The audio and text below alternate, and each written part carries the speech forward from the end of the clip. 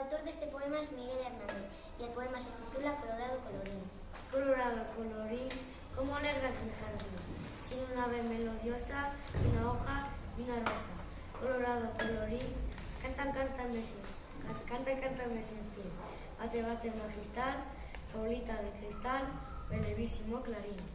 Que sin duda en el estuche de tu luz has metido colorín, como alegras mi jardín, donde ayer fui en verderol y una rosa y un jardín, en el que hoy tan solo hallo hojas secas y verdes. Cántame en un tallo desde desmayado sol, colorado colorín.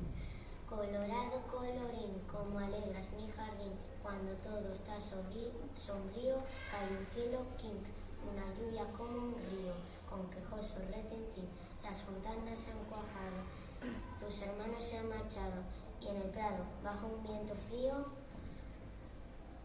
un sonido malvado, dan hojas secas colorín. Pío, pío, pío, colorado